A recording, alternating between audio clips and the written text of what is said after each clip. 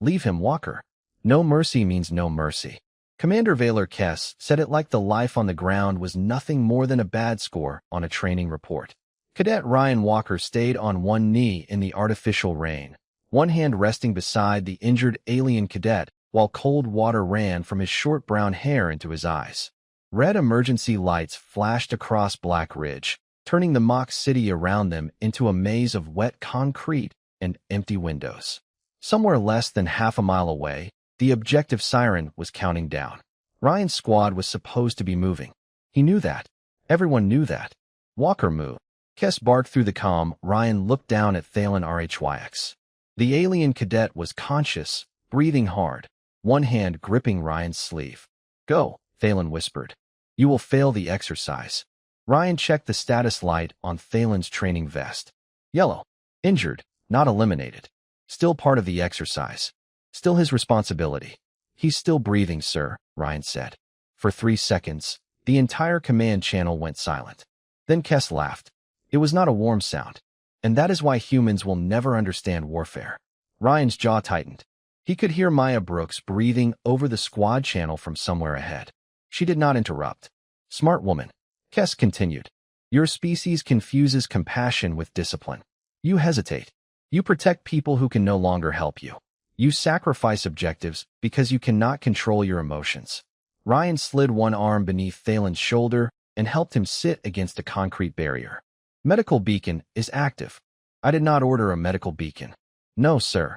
I ordered you to leave him. Ryan stared through the rain toward the observation cameras mounted above the street. He knew Kess was watching. So were 47 cadets and half the academy staff. Ryan swallowed whatever answer had first come to mind. Understood, sir. 10 minutes later, the exercise was terminated.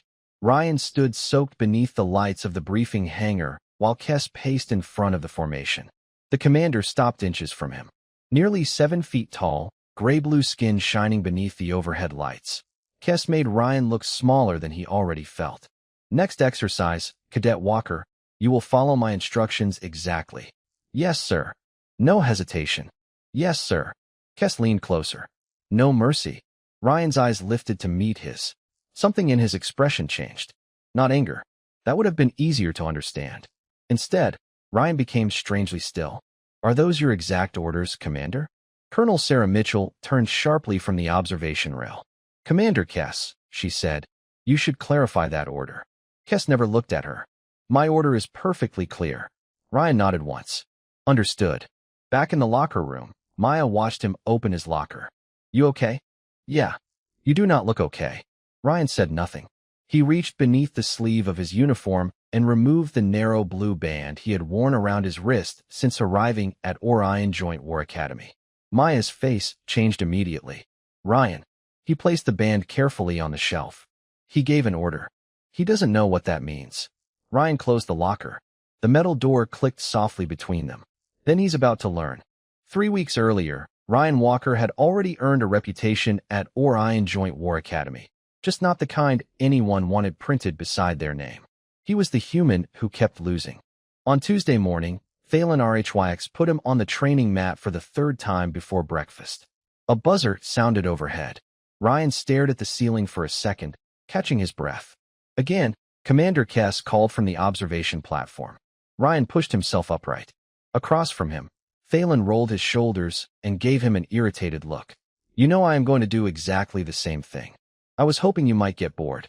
Thalen almost smiled. Almost. The buzzer sounded again. Thalen moved immediately. He was faster than Ryan, taller by nearly a foot, and built for explosive bursts that made most human cadets look slow. Ryan gave ground. 1 step. 2. Thalen committed forward.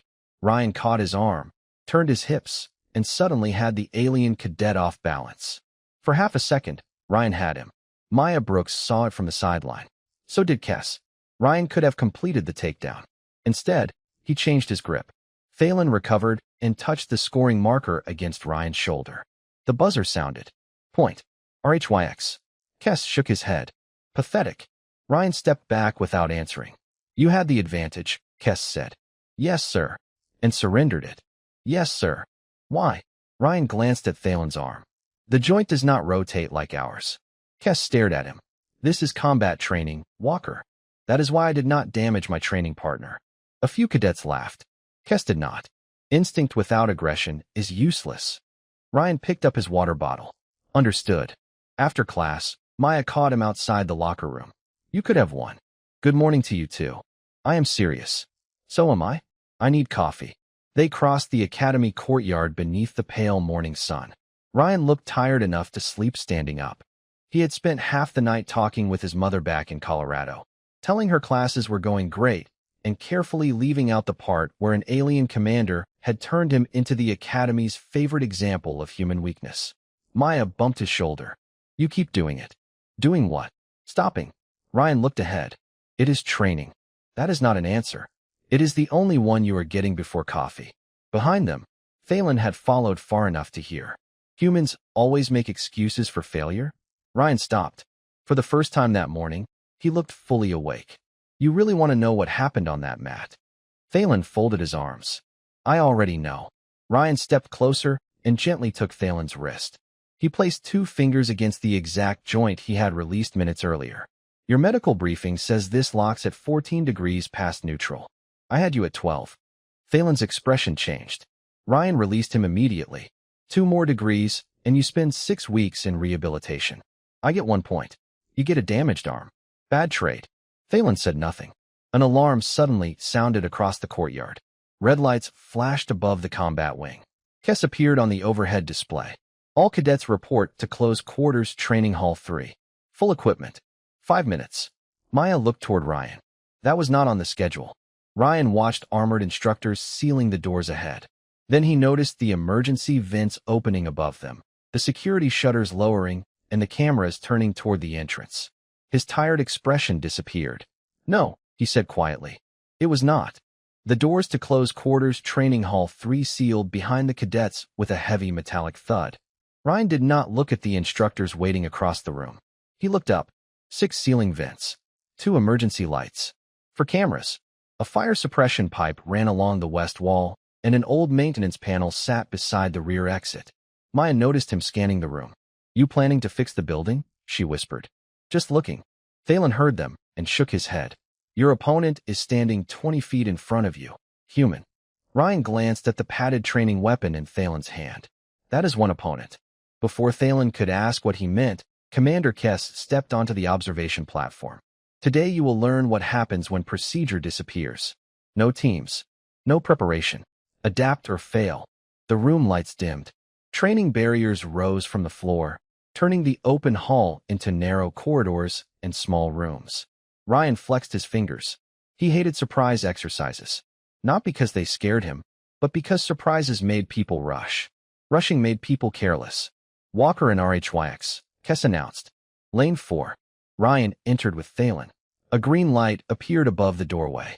Their instructor waited beyond the first barrier. Phelan immediately raised his training weapon. Ryan did not. He studied the floor. What are you doing? Phelan asked. Listening. To what?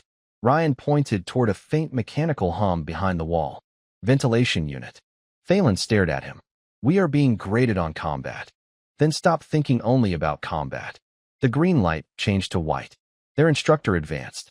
Phelan moved forward, but Ryan caught his shoulder. Wait. He reached over and slapped the emergency ventilation switch. Air rushed through the corridor, sending loose training markers skittering across the floor. The instructor instinctively turned toward the noise. Ryan and Phelan simply moved through the opposite doorway and reached the checkpoint without direct contact. The buzzer sounded. Kes leaned over the railing. That was avoidance. Ryan looked up. The objective was reaching the checkpoint, sir. A few cadets exchanged looks. Kes narrowed his eyes. Again, the next lane contained 3 instructors and only 1 marked exit. Ryan noticed a lightweight equipment cart, a movable divider, and an overhead emergency light bright enough to wash out the lane cameras for a moment when switched to evacuation mode. He moved the divider, redirected the cart, triggered the light, and walked Phelan through the opening that appeared when the instructors repositioned. Another buzzer. Another completed objective. Phelan stared at him afterward. You never looked at your weapon. Did not need it. How did you know any of that would work? Ryan shrugged. Doors open. Lights turn off. Pipes carry something. Machines need power. People looked toward unexpected noises. From the observation deck, Colonel Sarah Mitchell had arrived without Ryan noticing. Kess turned toward her. This proves nothing. He avoids confrontation because humans lack the instinct for it. Mitchell watched Ryan checking the next room before entering. You are reading him backward. Excuse me.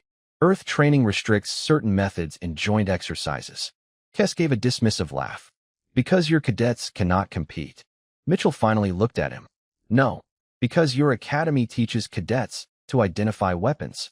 She nodded toward Ryan, who had just stopped beside a maintenance cabinet and quietly examined its hinges, power conduit, and manual release. We teach ours to identify opportunities. Kess's smile faded. You expect me to believe Walker is dangerous? Mitchell watched Ryan step away from the cabinet without touching it. I expect you to understand why he keeps choosing not to be. Kess looked down at the human cadet, then reached for the control panel. Very well. His finger hovered over the difficulty setting. Mitchell saw what he was about to do. Commander, do not make this personal. Kess pressed the control. The training lights turned red. The red lights changed everything. A low alarm rolled through Training Hall 3, and the walls began moving again. Ryan stepped back as two barriers slid across the lane, sealing the checkpoint they had just reached. Phelan looked toward the observation platform. That is not standard difficulty. No, Ryan said. It is not. A door opened 30 feet ahead. 3 armored instructors entered at once, carrying training carbines that projected harmless targeting pulses onto the cadets' sensor vests. Ryan immediately pulled Phelan behind a support column as bright blue markers flashed across the wall where they had been standing. Now can I use my weapon? Phelan asked. Knock yourself out.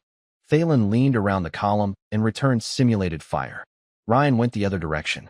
Walker, keep them looking at you. That is your plan. It is the first 10 seconds of one.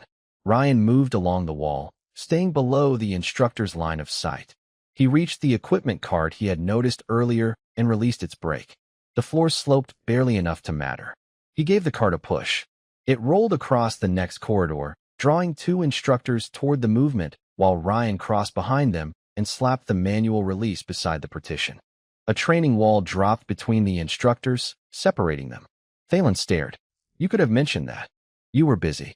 30 seconds later, the exercise buzzer sounded. Ryan and Phelan had reached the extraction marker without registering a single hit. Kess's voice came through the speakers. Reset. Nobody moved. Colonel Mitchell turned toward him. They completed the lane. By exploiting infrastructure instead of engaging the opposition. You told them to adapt. Kess looked down at Ryan. I told them to fight. Mitchell folded her arms. Those are not the same thing. Something hardened behind Kess's eyes. You humans always have an explanation. Mitchell studied him for a moment. And you seem unusually determined not to listen to one.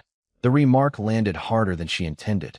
Kess dismissed the cadets for 10 minutes, then walked into the empty briefing room behind the observation deck. Mitchell followed. What is this really about? She asked. Kess stood with his back to her. For several seconds, only the ventilation system filled the silence. 17 years ago, my unit surrounded an insurgent position on Vera. His voice had lost its classroom arrogance. They offered surrender. My commander accepted. Mitchell waited.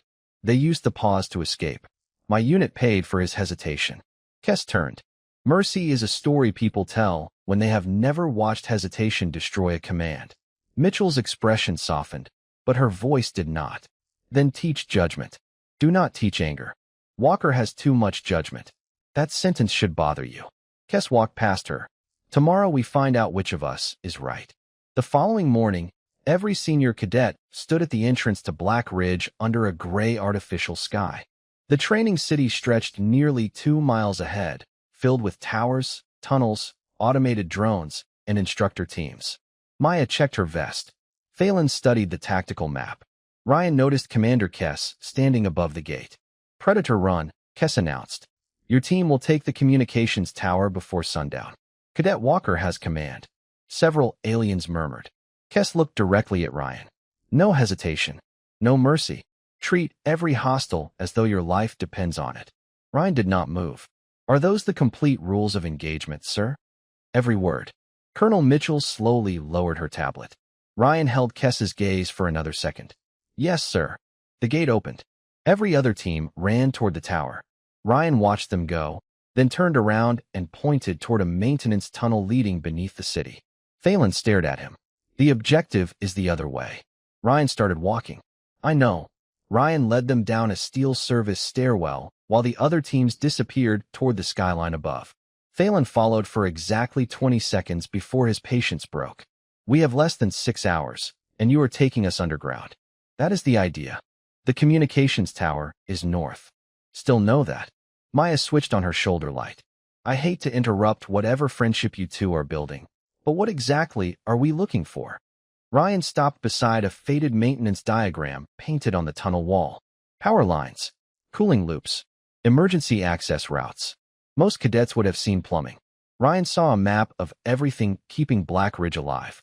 The tower needs power, sensors, ventilation, communications, and people, he said. Kess gave us one objective. He never said we had to walk through the front door. Thalen studied him. You intend to sabotage the Academy's training infrastructure? Ryan gave him a look. Sabotage is such an ugly word. Maya smiled. There he is. A mechanical buzz echoed around the corner. Ryan immediately killed his light. Drone. Maya checked her scanner. 2. Ryan listened. The sound grew louder, then separated. 3. Thalen raised his training carbine. Ryan pushed it gently down. Not yet. A pursuit drone floated around the corner, its targeting sensor sweeping the tunnel. Ryan waited until the beam passed, then opened an emergency maintenance hatch. Hot vapor poured into the corridor from a harmless training heat line, clouding the drone's thermal sensor. Move. They slipped through a side passage while the drones searched an empty cloud. The second machine followed. Ryan reached a wall-mounted fire suppression control and activated the test cycle. Thick emergency foam expanded across the floor behind them. The drone entered too quickly, its mobility system automatically reducing speed to maintain stability. Thalen stared back. You knew it would do that. No, Ryan kept moving. I guessed. That is worse. Welcome to human planning. Above them, Commander Kess watched the tactical display. Ryan's team should have been trapped between 3 drones and an instructor patrol. Instead, their icons vanished beneath the city. Where did they go? Kess demanded. A technician enlarged the map. Maintenance level. Our tactical network has limited coverage there. Mitchell looked almost amused. Funny thing about maps. People usually ignore the parts they think do not matter. Kess ordered 2 instructor teams underground. Ryan saw their access doors activate on a maintenance panel 40 seconds later. He stopped. Maya nearly walked into him. Problem. He changed the deployment. Can you tell where? Ryan pointed at 3 small green indicators moving across the schematic. He just showed us. Ryan redirected the team through an old utility junction, then shut one pressure door and opened another. The instructors arrived at an empty corridor. By the time they corrected course, Ryan's team was already beneath the central district. Then every light in the tunnel snapped on at once. A sharp tone sounded from their vests. Maya checked her display. Difficulty increased. Thalen looked upward. He is changing the exercise while we are inside it. Ryan's face went still. On the wall ahead, a service monitor showed 4 new pursuit drones launching from charging stations. Then 4 more. Maya counted silently. 8. Ryan studied the maintenance screen instead of the drones. Battery temperature. Motor load. Coolant reserve. He stared at one number for several seconds. Ryan. He looked at Thalen. How long can those drones run continuously at pursuit load? Thalen hesitated. Approximately 40 minutes. Ryan checked the academy clock. Good. Maya frowned. Good. Ryan sat on an equipment case, pulled a protein bar from his pocket, and opened it. Somewhere above them, 8 drones began searching. Ryan took a bite. Then for the next 32 minutes, we make them run. For the next 20 minutes, Ryan did almost nothing that looked heroic. That was what bothered Commander Kess most. There were no dramatic charges, no desperate exchanges, no attempt to prove that a human cadet could outrun machines designed for pursuit. Ryan simply kept moving his team through the maintenance grid, opening one access door, closing another, crossing into a different corridor seconds before the drones arrived. Every choice forced the machines to accelerate, climb, turn, or double back. Maya checked the timer as another mechanical hum swept past the tunnel above them. 26 minutes. Thalen looked at Ryan. They are learning our route. Good. Good. I want them confident. Ryan stopped beside a junction where 4 service tunnels met. He pointed toward opposite passages. Maya, take the east loop. Thalen, west. Keep your transmitters active for 90 seconds. Then switch them off and meet me at Utility Station 12. Thalen frowned. You are splitting us up. I'm splitting them up. Maya gave Ryan a quick nod and disappeared down the east tunnel. Thalen hesitated, then followed his route. Within seconds, the drone formation divided. Ryan waited until he heard 2 machines pass overhead, then walked calmly in the opposite direction. In the observation room, Kess leaned closer to the tactical display. He is scattering his own team. Mitchell shook her head. Watch the drones. Their 8 markers separated into 3 groups. He is managing their attention, she said. Kess reached for the controls. Then I will take that advantage away. Mitchell caught the movement. What are you changing? Nothing prohibited. Kess disabled the cadets' location transmitters and transferred the drones to autonomous search. Down below, Maya's map went blank. Ryan, we just lost team tracking. I noticed. That was Kess. Probably. Ryan checked the time. 31 minutes. The first drone swept around the corner faster than expected. Ryan stepped through a maintenance doorway and pulled it shut. The machine immediately redirected toward another access point. He did not run after it. He listened. Its motor pitch had changed. Higher. Rougher. There it is, he whispered.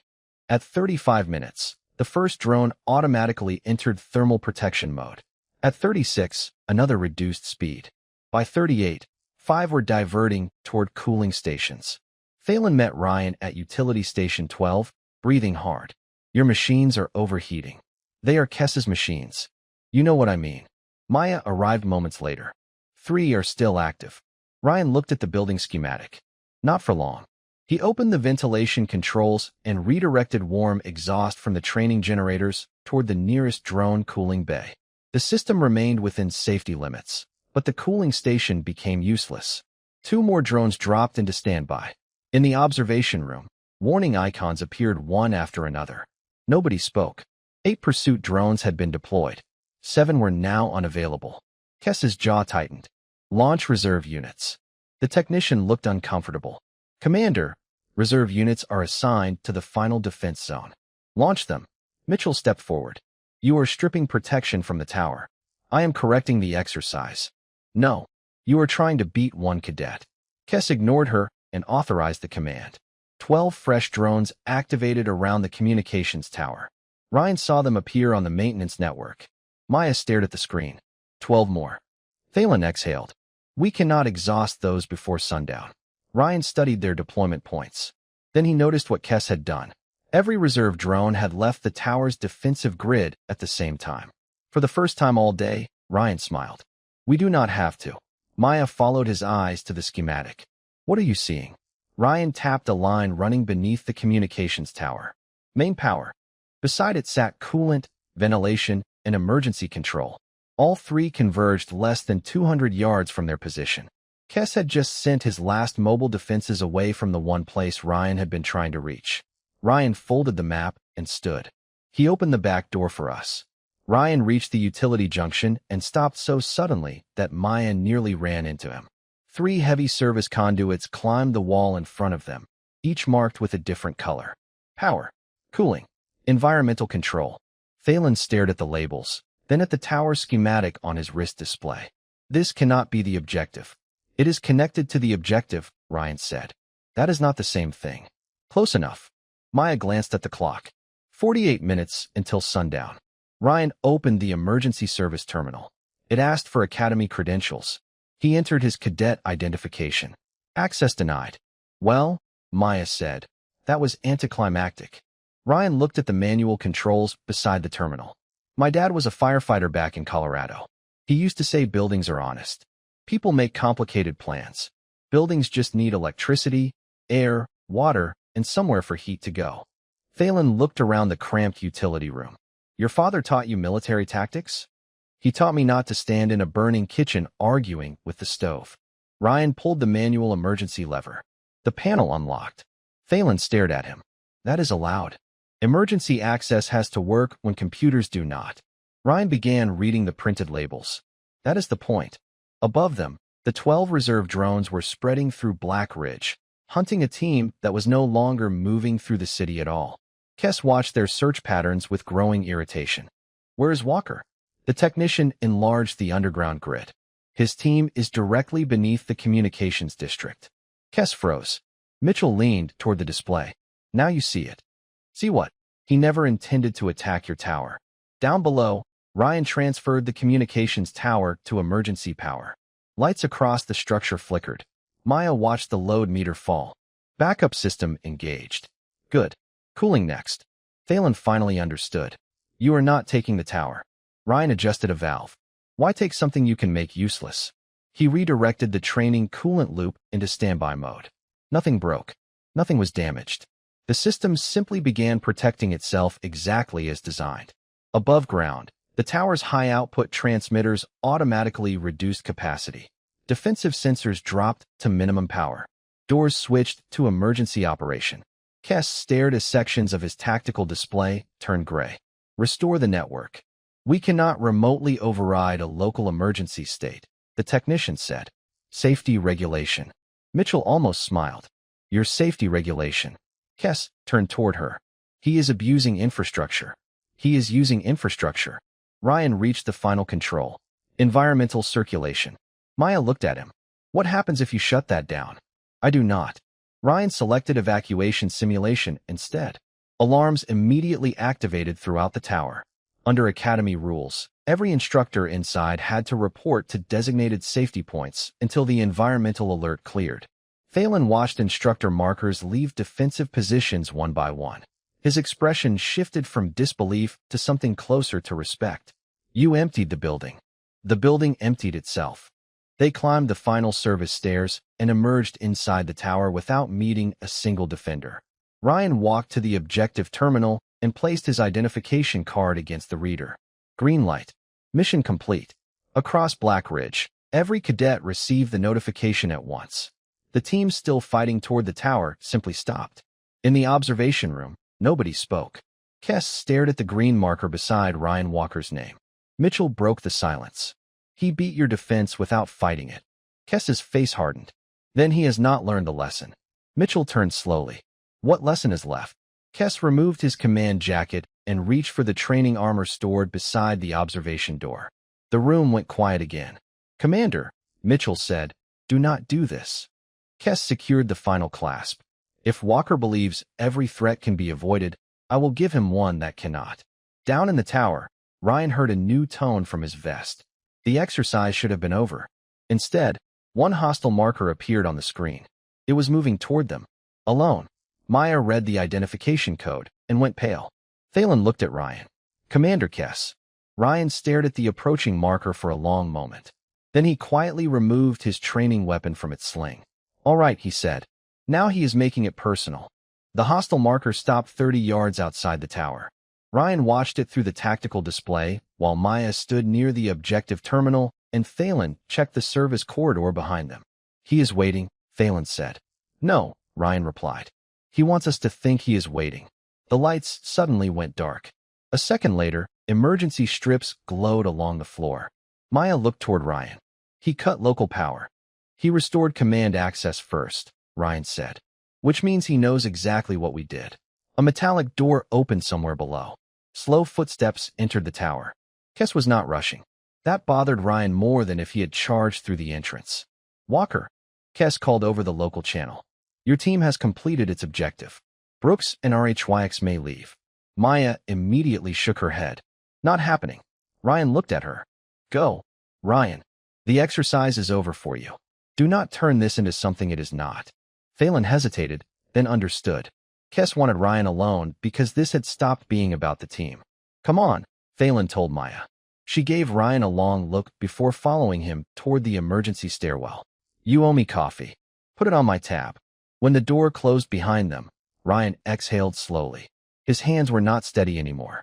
He flexed his fingers once and hated that Kes had gotten under his skin. Fear was easier when nobody could see it. The footsteps climbed another level. You avoided every meaningful confrontation today, Kes said through the tower speakers. And still completed the mission, Ryan answered. That is not victory.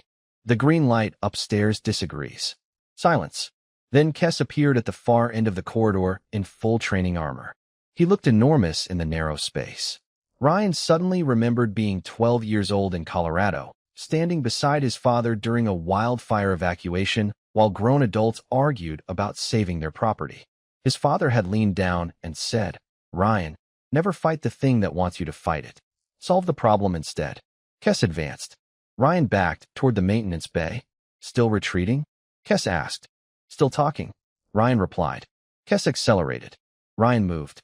Not faster. Earlier. He slipped through the maintenance doorway, and Kess followed exactly as Ryan expected. The commander's armor gave him strength, speed, and protection, but it also added nearly 200 pounds of magnetically responsive training plating. Ryan had noticed that during inspection week. He had also noticed the emergency cargo clamps built into the maintenance floor. Kess crossed the yellow line. Ryan hit the manual control. The magnetic system activated with a deep mechanical hum. Kess stopped instantly, his armored boots locked against the deck. He tried to move. Nothing happened. Ryan stood 6 feet away, breathing hard. The training blade in his hand suddenly felt heavier than it had all semester. Kess looked at it, then at Ryan. "Finish it." Ryan did not move. "You heard my order." Ryan remembered the blue restraint band sitting inside his locker. He finally understood why Mitchell had insisted every human cadet wear one. It was never a limiter. It was a reminder. Training was not about proving what you could do. It was about knowing what you should do. Kess raised his chin. "No mercy, Cadet." Ryan stepped forward, reached past him, and pressed the surrender control on Kess's armor. The commander's hostile marker disappeared. "Exercise complete." Kess stared at him. "I ordered you to finish the threat." Ryan switched off the training blade. "You are not a threat anymore, sir." "Mercy." No, Ryan met his eyes. "Judgment." The tower speakers clicked on. Colonel Mitchell had heard everything. "Commander Kess, return to observation immediately." For once, Kess had no answer. Ryan walked past him toward the exit. Then Mitchell spoke again, quieter this time. "Cadet Walker, report to the review board at 0800 tomorrow. Bring your restraint marker." Ryan stopped. Kess looked at him, and for the first time, the commander seemed less angry than confused. "What is that marker actually for?" Ryan glanced back. "Tomorrow, sir, you get the whole answer." At 8 the next morning, Ryan walked into the Academy review chamber carrying the blue restraint band in his palm. Commander Kess was already there. So were Colonel Mitchell, Phelan, Maya, and 6 senior officers from Species Ryan had spent the semester trying not to embarrass himself in front of. Nobody looked particularly happy. Ryan took the empty chair. Mitchell waited until the doors closed. "Cadet Walker, place the marker on the table." Ryan did. Kess studied the narrow blue band. "You said I would get an explanation." Mitchell touched the display beside her. Ryan's training record appeared on the wall. Dozens of exercises. Sparring losses. Abandoned scoring opportunities. Disengagements that Kess had marked as hesitation. Then another set of numbers appeared beside them. Phelan leaned forward. "What are those?" "Intervention thresholds," Mitchell said. "Human joint training standards." Kess frowned. "Explain." Ryan rubbed his thumb against the edge of the table. He suddenly wished he were back underneath Black Ridge with 12 drones looking for him. "Humans have spent a long time figuring out how quickly a bad decision can become permanent," he said. "The marker reminds us that training partners are not enemies. Winning is not worth forgetting that." Kess looked at Ryan's record again. "So every time you stopped, I made a choice." Phelan's eyes moved across the old sparring data. He remembered the 12-degree joint lock. The missed opportunities. The losses Ryan had accepted without defending his pride. "You could have beaten me." Ryan gave him a tired smile. "Some days. And you let everyone believe you could not." "I was not here to impress everyone." Maya quietly covered a smile. Kess did not. His attention remained on the blue band. "Then yesterday, when I removed those restrictions with my order, why did you still refuse to finish the final engagement?" Ryan thought about it before answering. "Because restraint is not obedience, sir. It is judgment. If I only know when to stop because somebody ordered me to stop, then I never learned anything." The room went still. Kess looked away first. Colonel Mitchell brought up the command log from Predator Run. It showed every unauthorized difficulty increase, every reserve drone deployment, and Kess entering an exercise that had already been completed. "The board has reached its decision," she said. Kess would be removed from cadet evaluation duties pending retraining. He would remain at Orion. Mitchell had argued against dismissal. Ryan seemed surprised by that. Afterward, he found her outside the chamber. Why let him stay? Mitchell looked through the glass toward the training grounds. Because if people only deserve patience when they already understand us, patience is not worth much. Later that afternoon, Ryan sat in the cafeteria with an ice pack on his shoulder and a cup of coffee that tasted like somebody had described coffee to a machine over the phone. Thalen dropped into the chair across from him. I have a question. That sounds dangerous. If Kes had ordered you to use everything you knew, what would have happened? Maya stopped eating. Ryan looked across the room. Kes stood alone near the windows, speaking quietly with one of the senior instructors. For a moment, their eyes met. There was no anger there now. Only the uncomfortable look of a man rebuilding something he had believed for 17 years. Ryan looked back at Thalen. He did not. Thalen waited. Ryan drank his coffee. That was all he was getting. Before evening formation, Ryan returned to his locker and fastened the blue band around his wrist. Kes happened to pass the open doorway. He stopped when he saw it. Walker. Sir. Kes looked at the band. I thought restraint was another word for weakness. Ryan closed the locker. A lot of people do. Kes nodded once and continued down the hall. Ryan watched him leave, then joined Maya and Thalen outside. Nobody applauded. Nobody needed to. By the end of the semester, Orion Academy changed one line in its training doctrine. It was a small line, easy to overlook, but generations of cadets would read it before their first combat exercise. Strength is what you are capable of doing. Character is knowing when not to do it. And Ryan Walker finally understood why Earth had sent its cadets into the galaxy, wearing blue around their wrists. The band had never been there because humanity was afraid of everyone else. It was there because humanity had learned, through a long and difficult history, that the most important limit on power should come from the person holding it.